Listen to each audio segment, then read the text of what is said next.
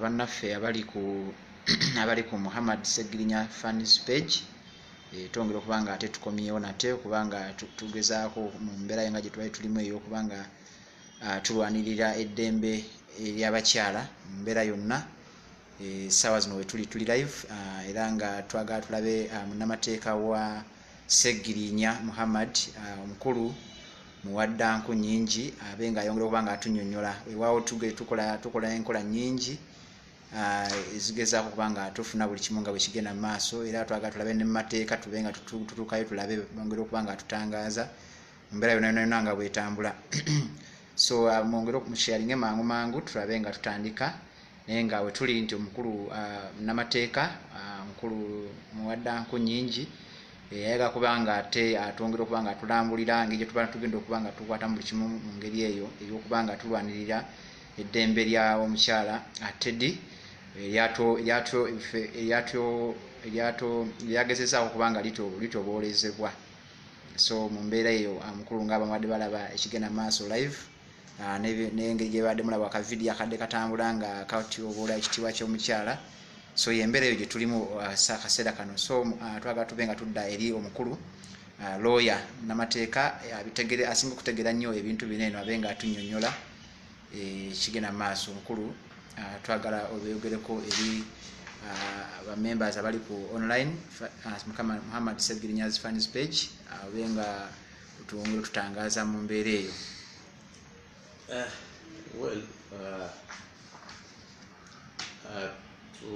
Twafunye instructions okuva ewakiranti waffe Honorable Segirinya okuyamba mu kwongera okugaziya n'okunnyonnyola okusinziira ku mateeka ga Uganda, okukuba tooki nga tukozesa galubindi ez'amateeka mu bigambo ebyayogerwa bwe batugambye Pastor Bujingo ebiteeberezebwa okuba nti byali bivoola ekitiibwa ky'ebitonde ebikyala onotutegeeza abantu sinakindi ngera kiteeberezebwa nti kiyinza okuba nti kyakkakkanya oba okuvoola ekitiibwa kya mukyala we n'abakyala mu Uganda okutwalira wamu n'ebitonde ebikyala. Ffe mu mateeka tukozesa ekigambo nti kiteeberezebwa kuba mu lulimi olw'amateeka mu bugenderevu newankubadde nga omuntu wa bulijjo n'ebigambo ebitambula mulimu ebiyomba, mulimu obusungu, mulimu obutali bumativu bungi, naye ffe mu ttooki ey'amateeka newoba olabyeko n'amaaso go newoba owuliriza omuntu oyo gw'olowooza nti akoze ekikyamu aba ateeberezebwa lulimi olw'amateeka kubanga enkooti z'amateeka ezateekebwawo mu butongole ze zirina enkizo zokka okulangirira nti oyo akoze ekintu ekyo newankubadde nga gwakirabye obuvunaanyizibwa bwe obusinga obukulu buba bwa kuyambako mu kunoonyereza n'okuteekateeka kye bayita obujulizi nebw'obanga oli omu ku banyoleddwa n'owaayo kye bayita statement oba ekiyambako okulaga nti wanyoleddwa mu ngeri ki.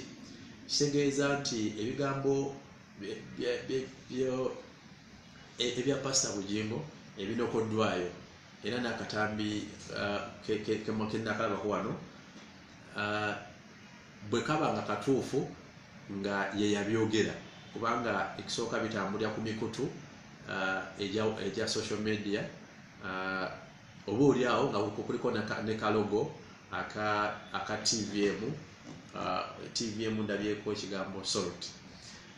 Kiba kitegeeza nti biba bikosa bwe guba musango omuntu ng'eyabyogera alimu alabikiramu nga Pastor Bujingo n'omukutu ogwabifulumya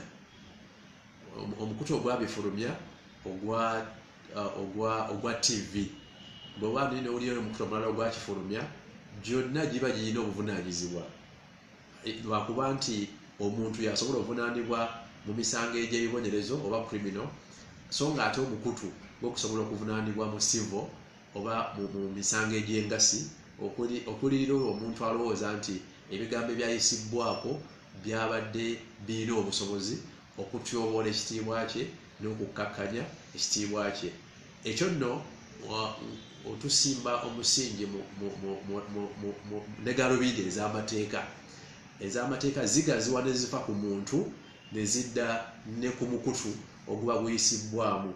Ate amateeka tegakomaawo nga sinaba nagenda ku bigambo byennyini, tegakomaawo na buli ssekinnoomu aba asaasaanyizza ebigambo ebyo, na buli ssekinnoomu agamba kano wakalabye n'akaweereza munne. Etteeka lye tulina erya Computer Misuse Act litwaliramu amasimu gammwe, ebisaasanya gye mwayisiganya ebigambo ku WhatsApp, social media, Facebook, gitwaliramu ebyo. Ensonga y'okuba nti obujulizi obusobola okulumika omuntu bwandibadde bwenkana ki nti yakikoze, obwo bwanjawulo, naye omukutu ogumu nga gufulumiza naawe akyongeddeyo.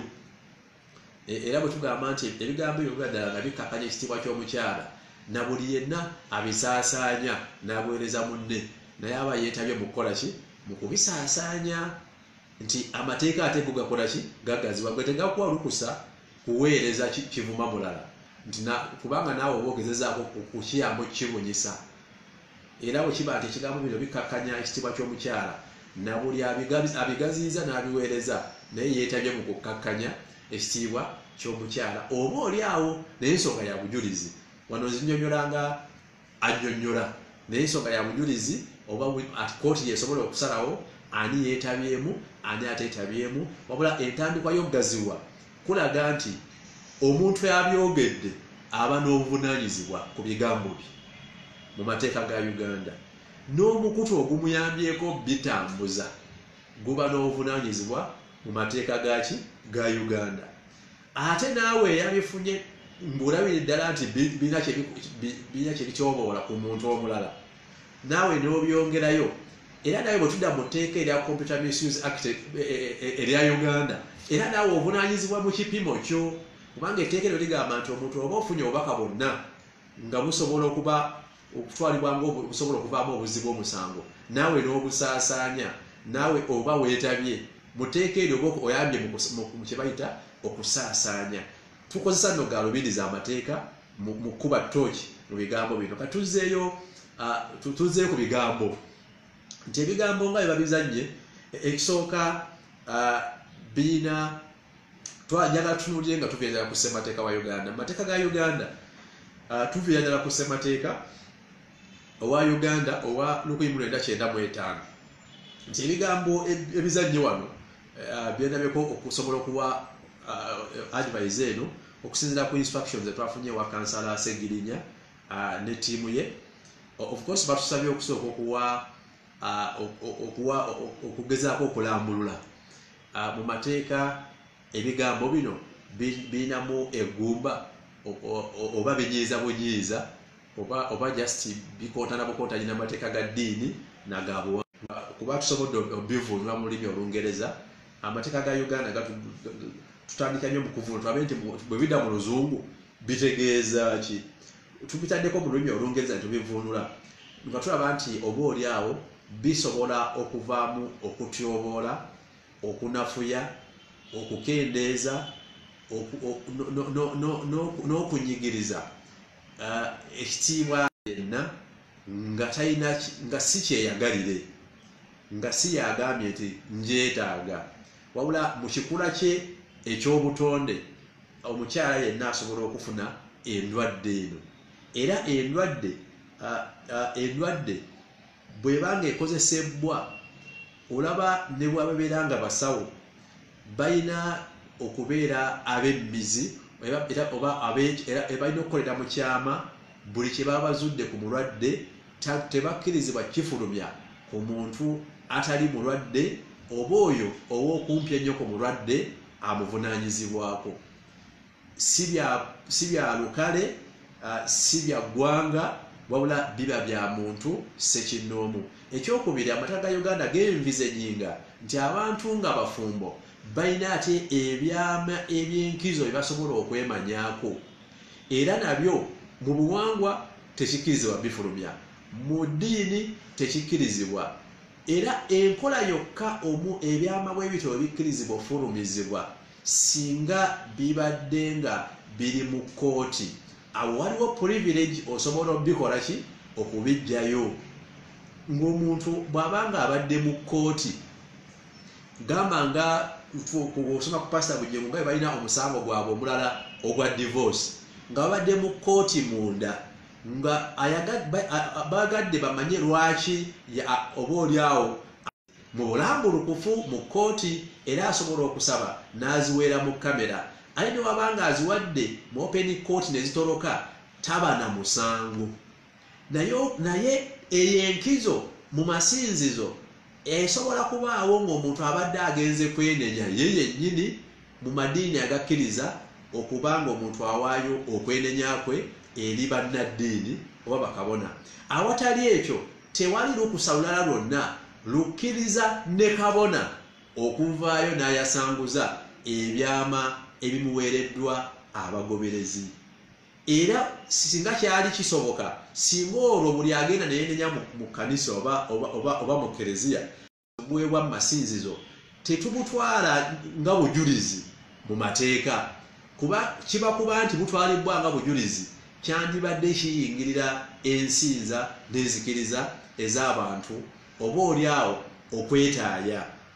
Ate ekyokubiri, teziteebwako kapima ekituufu kkooti esobola okusaba oba obujulizi bwonna ng'olayidde oba oluvannyuma lw'okukola ki olw'okulayira. So ebigambo byonna ebyayogerwa omusumba ne biba nga yali confession ya mugoberezi, kiba kikyamu okugikozesa naddala ng'osobola otegeerekeka ani gw'oyogerako.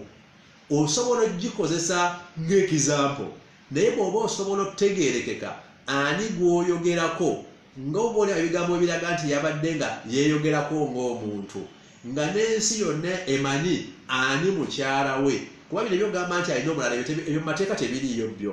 I should be specific ku kino nti omukyala wa Bujengo amanyikiddwa y'ono omukyala gwe yakola ki gwe yawasa. Ebyokuba nti yafunye omulala ebyo biri mu lulimi lulala. Ndowooza kiribaawo bw'aliba nga mu mateeka ga Uganda omuntu nga tannaba kufuna divorce, ate divorce egayibwa kkooti, nga tannaba kufuna divorce mu mateeka takkirizibwa kuba na mukyala mulala, era teri mulala akkirizibwa kuyitibwa wife. Ne wabanga omukyala tobeera naye waka, ne wabanga olinayo abalala bataano oba omu oba ameka, tebaba bakyala bo mu mateeka. Mu bigambo by'amateeka omukyala wo yaaba ono gwe bakugatta naye paka nga kkooti yebaawudde mu nkola gye bayita divorce, ate nga nayo process y'amateeka. So ebigambo nibiba nga byandibadde byayogerwa omugoberezi yenna, katugambe nti omukyala yakola testimony oba yagenda n'akola confession, tekkirizibwa ate kukozesebwa oba oliawo ate kumuddiza na kumufuula na kutyoboola kitiibwa kye mu mbeera yonna. Akono kubadde nno kuwanyanjula mu nzivuunula ey'ebigambo ebyogerwako ne embeera mwe byakozesebwa. Nabwe kityo lwaki tugamba nti tekikkirizibwa? Tuddeko mu mateeka ga Uganda. Ssemateeka wa Uganda owa 1995 wamu n'ennongoosereza zonna ezibadde zikolebwamu okusinziira ku article eya 24 egamba respect for human dignity and protection from inhuman treatment. Kaakati bw'ogenda okuddaabulula ssemateeka wa Uganda owa 1995 article eya 24 egamba no person shall be subjected to any form of torture, cruel or inhuman or degrading treatment or punishment. Kati bw'oba olonzeemu, because ssemateeka ye abeera mulambulukufu, naye tukozesa buli kawaayiro ne tukakozesa okusinza buli mbeera zonna, tulondamu ffe kye twagala okuvvuunuza bwe tuba tukola kyetuyita statutory interpretation oba okuvvuunula amateeka gabadde gagenderera ki. Kiraga kubanga omutwe gwa article egamba nti teri muntu yenna anaayisibwa mu mbeera zonna mu mbeera zonna ezityobola ekitiibwa kye ng'omuntu dignity oba embeera okuyisibwa ng'atali muki ng'atali muntu kati ekitiibwa ky'omuntu kisobola otyoboola ebintu ebituufu n'ebintu katugambe omuntu nga mwamwambudde n'asigala bwe giba kankomaawo naye byonna biba bibye era naye abakimanyi byonna bibye naye ekikolwa ky'okumwambula n'alabika nga tayambadde ate kiba degrading kiba inhuman ate kiba kityoboola dignity ye ng'omuntu ndowooza ngezaako okulaga gwatulaba natuwuliriza kyebayita okutyoboola ekitiibwa ky'omuntu tekimala okuba nti omuntu ky'omulekedde kyo kyennyini kimuliko naye okireseewo otya ng'omuntu w'onooba ng'obadde omukwata n'omwambula engoye oba mu mbeera zona n'omwambula n'omuleka bukunya omuntu asobola okwambulwa mu bigambo n'embikolwa mu mateeka asobola okwambulwa mu bigambo n'embikolwa kaakati so nabwe ekyo kiba nti ssemateeka ekisooka okukozesa ebigambo bwe biti ku muntu yenna nga ebisobola omwambulula yenna kibeera degrading kibeera inhuman ate kiba kimwambuddeko ekitiibwa kye dignity ate olwo nekigaziwa nekikosa buli mukyala kubanga oba kigenda n'obutonde bw'oyo omuntu abange teyakigwako bw'abanga yakiyitamu nga mukyala wa Bujingo oba nga Teddy wabula yakiyitamu ng'omukyala oba efemale oba woman bibiri byanjawulo yali tasobola kubeera mukyala wa pasita okujjako ng'asoose kubeera mukyala oba woman mu mateeka ne mu butonde bwe ekitegeeza buli kyayiseemu mu butonde bwe aba takiyiseemu miyalenga mukyala w'omuntu wabula yakiyitamu nga omukyala mu butonde that's why kiba kikosa n'abakyala n'ekitonde ekikyala okutwalira awamu tulina okusemateeka tebalagenda ku musango ki gy'osobola okugjamu nti ebigambo byonna ebyambulula omuntu n'abanga buli muntu asobola okukozesa amaaso ge wadde tamulabyeko n'akuba n'akafaananyi kyaliko si lwakuba nti si kyekyamuliko oba omulala si oba yeeka naye kuba kutyoboola kiba degrading kiba inhuman era kiba kikyamu nnyo okukozesebwa omuntu yenna agoberera amateeka ekyokubiri era ekyo nga kikonako nti omukulembeze w'eddiini including a pastor talina impunity oba talina immunity emufuula nti ye buli kyakola kiba kituufu mu mateeka kyova olabanga omukulembeze alina okumanya nti ebimu ku byakola bisobola omuvunaanyibwako ng'omuntu singa bisukka ekkomo n'ekipimo ekyenjigiriza y'eddiini mwasobola okugamba nti mwakikoledde akono nkonyewo kakone tugende kwogera ku article eya 27 eya constitution ya Uganda tugezaako okugaza n'okukuba ekifaananyi nga tukozesa galubindi ez'amateeka naye gwatuwuliza era tulaba tukujjukiza nti pasita ono ayogerwako pasita Bujingo mu kaseera kano mu maaso g'amateeka ne bw'oba owulira ng'akunyiizizza aba ateeberezebwa era ne bw'oba omusanze ng'obadde otambula ng'owulira oli munyiivu tolina lukusa mu mateeka lumuwa kibonerezo kyonna wadde okumuvuma wadde omukuba kubanga amateeka ga Uganda gagamba tokkirizibwa okujjako ng'asimbiddwa mu kkooti n'avunaanibwa ne gumusinga ate n'aweebwa ekibonerezo ekiri mu mateeka mpozi enkola endala ey'okubuulirira n'okukansolinga n'okubudaabuda naye esobola okukola ki okukozesebwa nze nno mpa kifaananyi kyamateeka si kya byabufuzi wabula ekyamateeka ate oba oli awo tukugaziya ku nsonga eno nga bwe tusabiddwa Honorable Segirinya. Ekyokubiri article 27 eya Constitution ya Uganda eyogera ku right to privacy of a person, home and other property. Eno article egamba nti omuntu yenna privacy okuba n'ebyama kubanga abantu bayinza okyogera ku mulingo naye nga bakijja bujja mu mitwe. Ssemateeka wa Uganda agamba nti buli muntu yenna ayina right okubeera ne privacy nga ye omuntu, privacy of a person, ye gwe ng'omuntu okubanga osobola okubeera n'ebyama byo era byewesigaliza era n'amakaago n'ebyobugagga byo. era teka akawayo akokubiri kagamba no person shall be subjected to interference with the privacy. No person shall be subjected to interference with the privacy of that person's home, correspondence, communication, or other property. Kanono osobola okukagaziya nti abange buli munnansi buli munnayuganda alina eddembe ly'okuba n'ebyama bye ng'omuntu, ebyama bye makage n'ebyama bye ku by'obugagga bye. Era akawaayiro namba 2 mu article 27 ya Constitution ya Uganda kagamba nti teri muntu yenna anaayingirirwanga byama bye mu maka ebyamakage empuliziganyaye tosobola kuvaayo n'oyogera ku muntu rekodi ze za busawo nga bwe zitambuzibwa na byavaamu. That is correspondence. Correspondence kisobola okubaamu ebyobugagga, ebyenfuna, ebyobulamu, byonna ebyo byama. Osobola okuba ne privacy oba byalagawa oba babitwalawa, ebyo byama by'oyo omuntu gwe bikola ki gwe bikwatako. So nako kuba kutyobola ssemateeka okufulumya ebyama by'omuntu omulala yenna, ebyama byonna ate nga so ekyo nno nakyo kikulu. Akawaayiro ako nako bwe Katonda agamba. Tugende mu article 31 eya Constitution ya Uganda eyogera ku maka, right to family.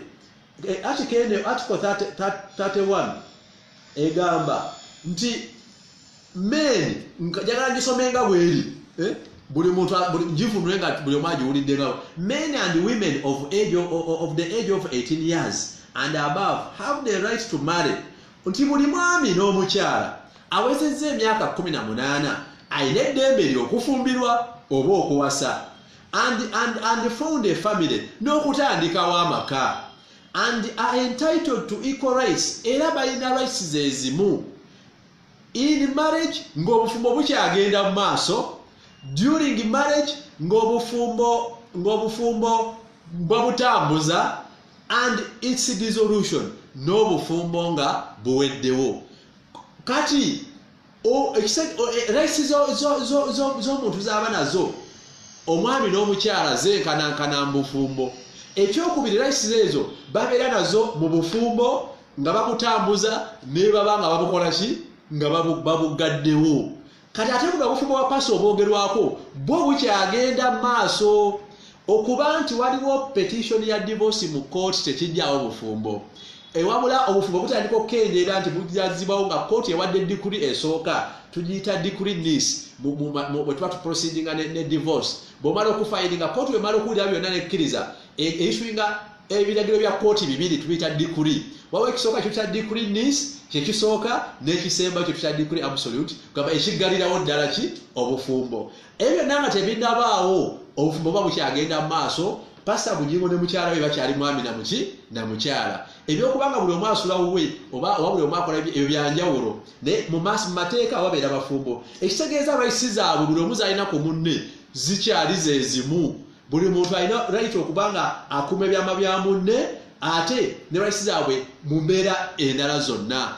Kati kyova olabanga buli weziba wabawa atatuukiriza rights ze omulala asobola okwekubira enduulu mu kooti, omulala asobola okukiwakanya, omulala asobola okugenda n'awaaba. Kiri mu mateeka era omuntu yenna okuwaaba mu kooti si kikolwa kiri wabweru w'amateeka. Omuntu ategeera n'omuntu omugunjufu kyasaanidde okukola okusinga okutwalira amateeka mu ngalo. Bangi mbawulira bufumbo nga yo aba akyankalanye n'agamba nti yakubye omuntu, yayiridde omuntu asidi, yakoze atya. Abamu bakola ebyo byonna biri wabweru waki w'amateeka. Ekiri mu mateeka kugenda kuwaaba. Ekitegeeza nti omukyalo ogenda okuwaaba si kikyamu mateeka, kyekituusi kyekisaanidde bw'aba nga balemeddwa okukkaanya oba oliawo mu nkola ey'obuntu. Kati ekyokuba nti akoze ensonga yonna tekimufuula kuba nti yafulumye obuvunaanyizibwa bwe mu bufumbo oba busudde, era ne rights zaabwe bazisigaza nga bwe zirambikibwa mu mateeka. Kaakati nno of course waliwo ne convention nnyingi ez'eddembe ly'obuntu ezitunuulira ekikolwa ky'okuba nti omuntu afulumya ebigambo bwe biti ne kibiteeka mu muteeko gwa domestic violence oba obutabanguko mu maka. Ekigambo obutabanguko mu maka kyo kigazi, kiringa gamba nti abantu bafuna obutakkaanya nebuvaamu obulabe oba obulabe kino kitwalibwa akamu ku bulabe oba waliwo wansi wa domestic violence kati noonoonya wansi mu mateeka ga Uganda teeka ki omuntu lyaba akoze eki lyaba amenye naye nga mu lulimi olugazi bibalibwa mu bintu byetwandise domestic violence oba obutabanguko mu maka buvaamu ebintu bingi nekino kyekimu okuba nti omuntu ayinza okusaanyawo ekitiibwa kya munne nekyo kyekimu musobola okukola ki okuvaamu oba oliawo mu kkowa eryo gamba nti tukitutte nga domestic violence kale nno bwe tuvunudde ebigambo bya pasita Bugingo mu lulimi Olungereza nga amateeka bwe gatugamba mu translation yaffe gye twakakola gye tukozeewo oluvannyuma lwa instructions za Honorable Segirinya atukizudde nga ebigambo bino bw'oba obitunuulidde ng'omuntu owa bulijjo birina engeri gye bivoola mu njatula ne mu nnambika ekitiibwa ky'ekitonde ekikyala naddala ng'ate bigezaako okulagira ddala nti byali bitegeeza omukyala we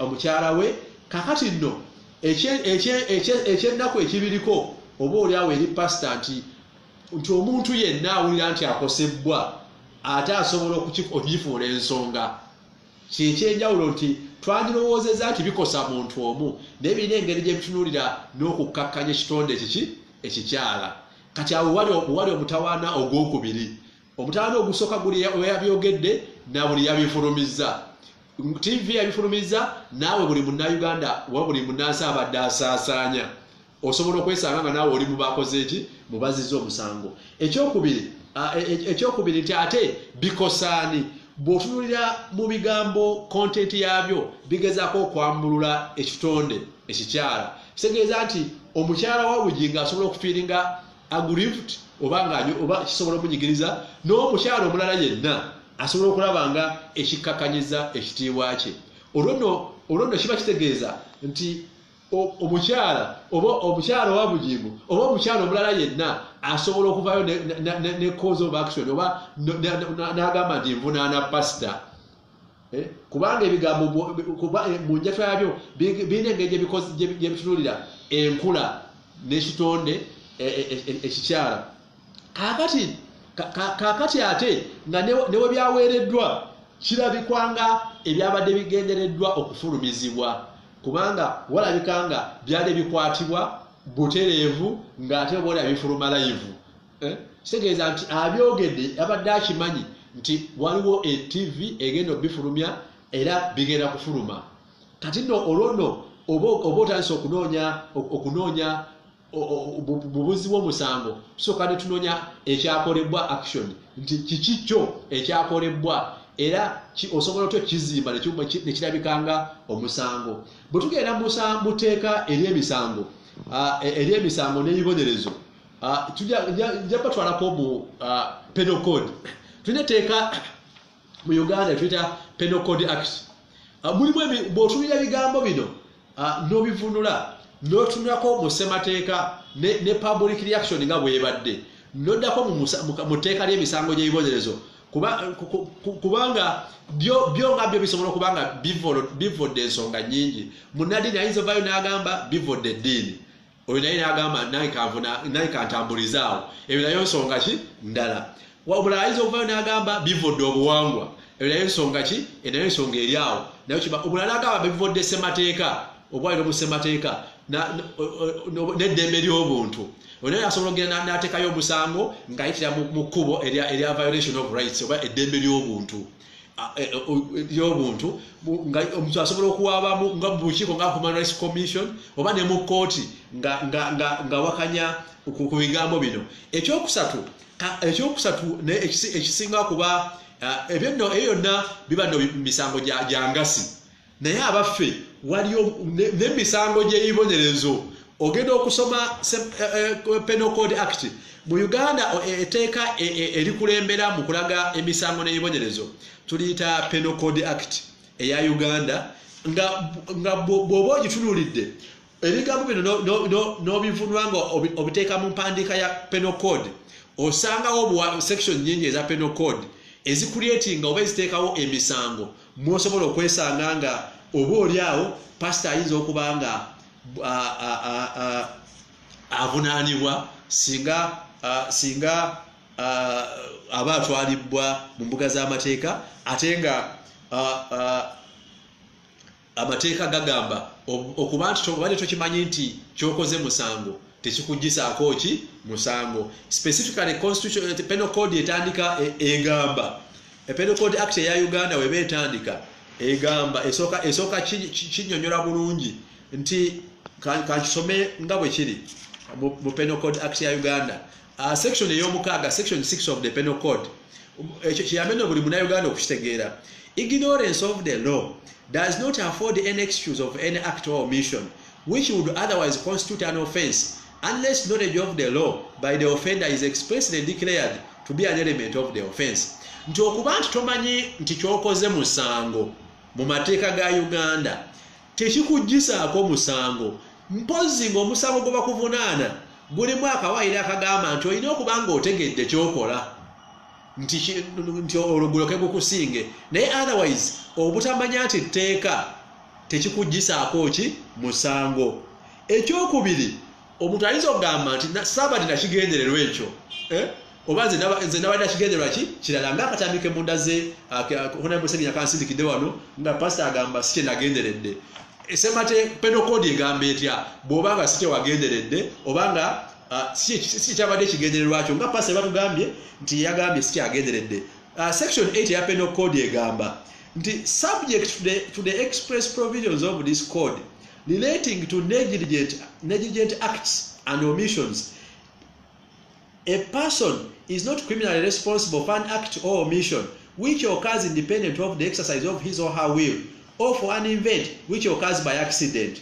Nti omuntu singa aba ekyaguddewo tekyabadde mu busobozi bwe oba nga kabadde kabenje awo akola ki awo asobola kukola ki okwewozaako nti saagenderedde ekyo.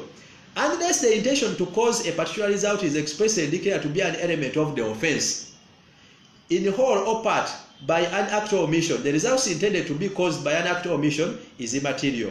Kati bw'ogenda ng'osoma section 8 paka gyeggwerako ogenda okizuula nga akawaayiro kennyini akateekawo omusango ke kalina okukusonyiisa. Buli kawaayiro kennyini ke kalina okukola ki okukusonyiisa kubanga tulina emisango egimu nga giddizibwawo. Gamba bakutte tolina driving permit nga ate teriiyo bw'oba ng'ogirina wane tebatambudde nayo toba na musango naye webanga teriiyo toyinza gamba kangisabe enkya ne bagikuwa enkya nga tebabadde nayo olwaleero ogwaleero bawakoze eki waguziza. Bw'oba osomye akawaayiro nti section yennyini ey'amateeka n'ekutaasa yeyina okuba nga yeyayogera nti oba totegedde. Kaakati abaffe tugambe nti ebigambo bya pasita Bugingo kabadde kabenje ekyo kooti yesinga okukola ki okumanya oba nti nti kabadde kabenje nti yakigenderedde naye etteeka lyo ligamba litya. Bw'otunulira section 160 eya penal code act eya Uganda egamba any person who does an act, omuntu yenna akola ekikolwa kyonna, an act not authorized by law, omuntu yenna akola ekikolwa kyonna ekitakkirizibwa mu mateeka, or omits to discharge a legal duty, oba alemererwa okutuukiriza obuvunaanyizibwa bwonna bwavunaanyizibwako mu mateeka, and thereby causes any common injury, olwo nno okulema okukola ebyo oba mu kikolwa kye n'aleeterawo omuntu yenna okufuna common injury oba okukosebwa mu mbeera yonna, or danger oba obulabe bwonna, or annoyance oba okumunyiiza, or obstructs oba okumutaataaganya, or causes inconvenience oba okumuleetera okuba nga mutuufu teyeewulirawo inconvenience. Buli omu amanyi oluzungu atulabeyo mukivunule. Or inconvenience to the public, oba okutaata inconvenience to the public nga buli akiwulira awulira yeesisiwala awulira nga kimunyiizizza, awulira nga kibi. In the exercise of common rights, nti omukyala omuntu yenna of the public in the exercise of a common right, gamba ng'omukyala alina eddembe ery'okuzaala, ery'okujjanjaba, ery'okukola ki, naye bawulira nga ebigambo bino bisobola omwesisiwaza, twandisenga ebyo beera common right. Kwa buli mukyala erya ddembe alikola ki, alina ate limanyikiddwa gye twatandikidde nga tugamba ebigambo ebyo gye bigaziwa ku buli mukyala. Commits the misdemeanor term as common nuisance. Nti abaziza omusango omutiritini mu mateeka.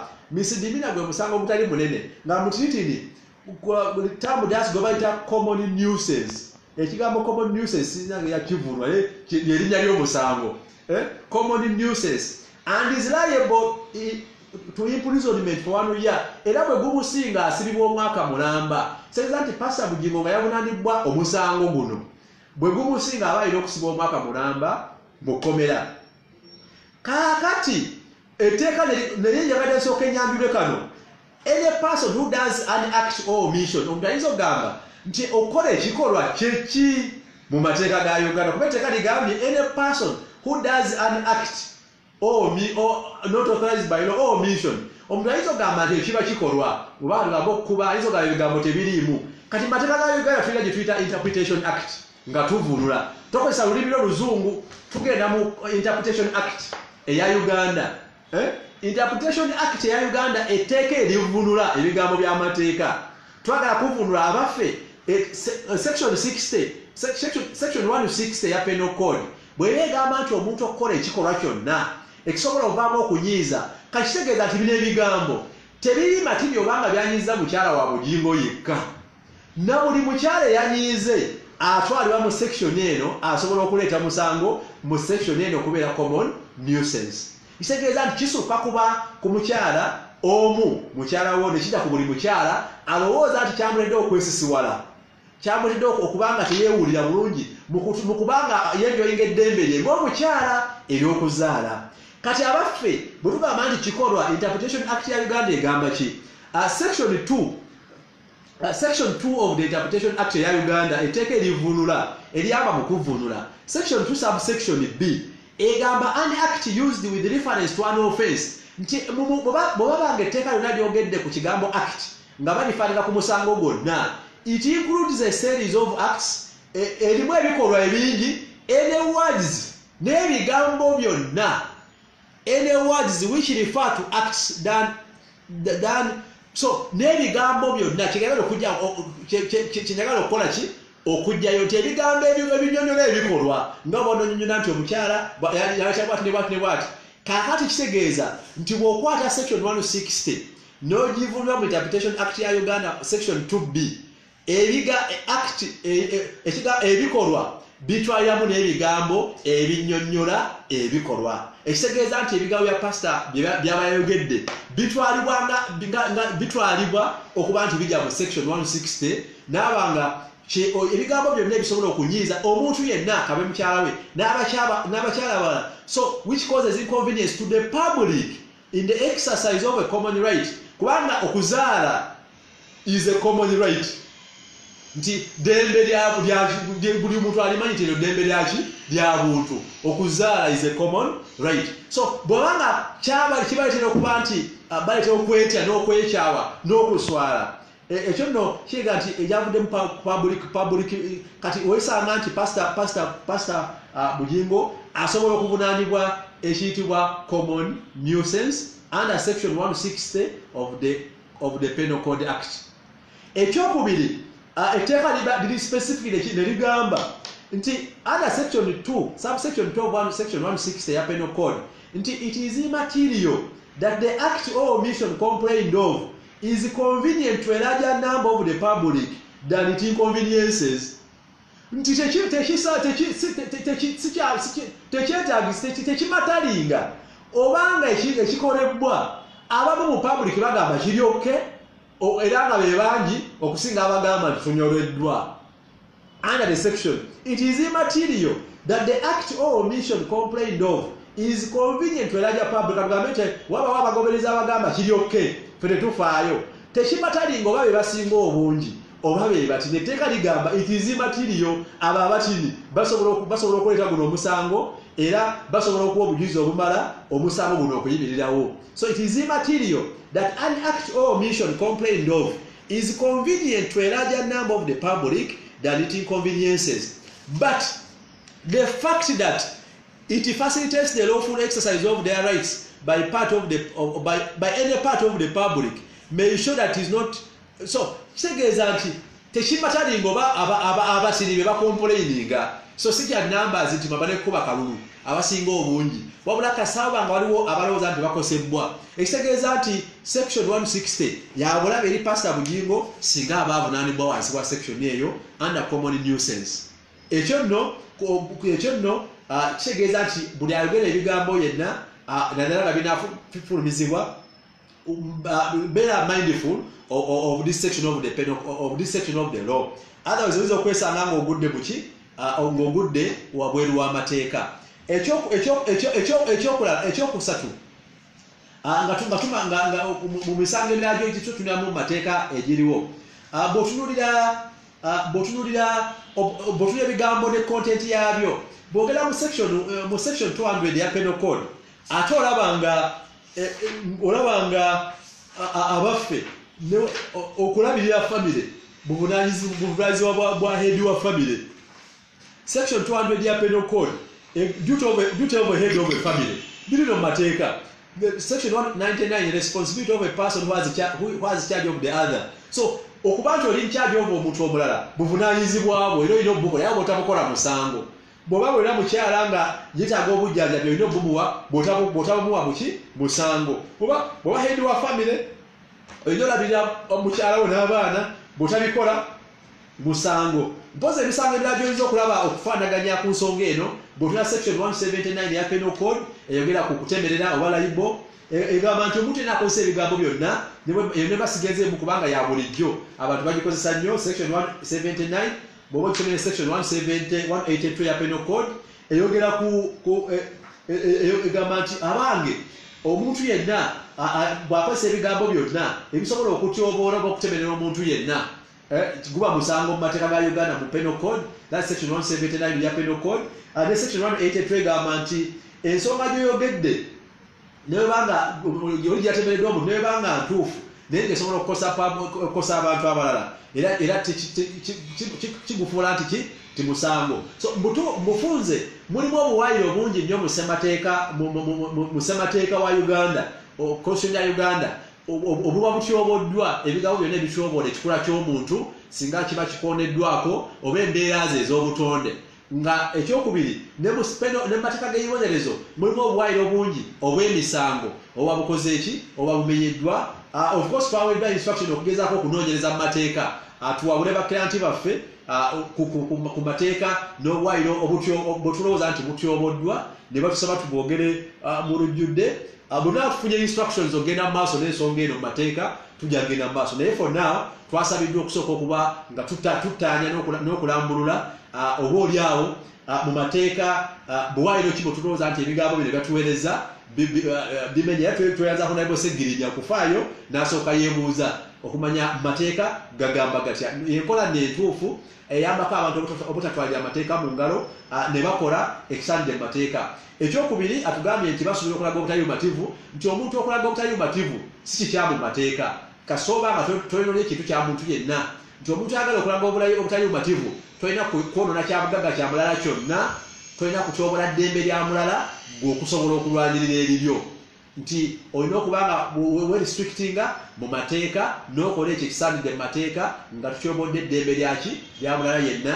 mu maaso g'amateeka ne pastor Bugingo newaba nga section yonna ya public esazeewo okumutwala mu mbuga z'amateeka asigala suspect oba ateeberezebwa wabula tayitibwa muzi wa musango ne byaba yayogedde mu mateeka ga Uganda aba ateeberezebwa paka kooti nga yemuzudde nti alina omusango bw'obanga oyagadde bitegeera mulayiri ya misango ayagadde obitegeera mu muteeka ogw'empisa ogw'obuwangwa awogenda kwasinga okumanya empisa n'obuwangwa asobola okubula lulimi ki lwayinza okukozesa awo nti oba ku muntu yenna gwalowooza nti akoze ekintu kyalowooza nti si kya mpisa naye fe mu mateeka bwe kiri kati aba ateeberezebwa wabula talina kikola newankubadde owulira newankubadde olina kavidiyo okawookinga mu mateeka ga Uganda kyolowooza mu mateeka nti akoze ateeberezebwa paka ng'atwalibwa mu kooti niyo neesalawo nti yakikola nga naye ekoze okuvunula okwayo mbumpimpi byesobodde okukola ki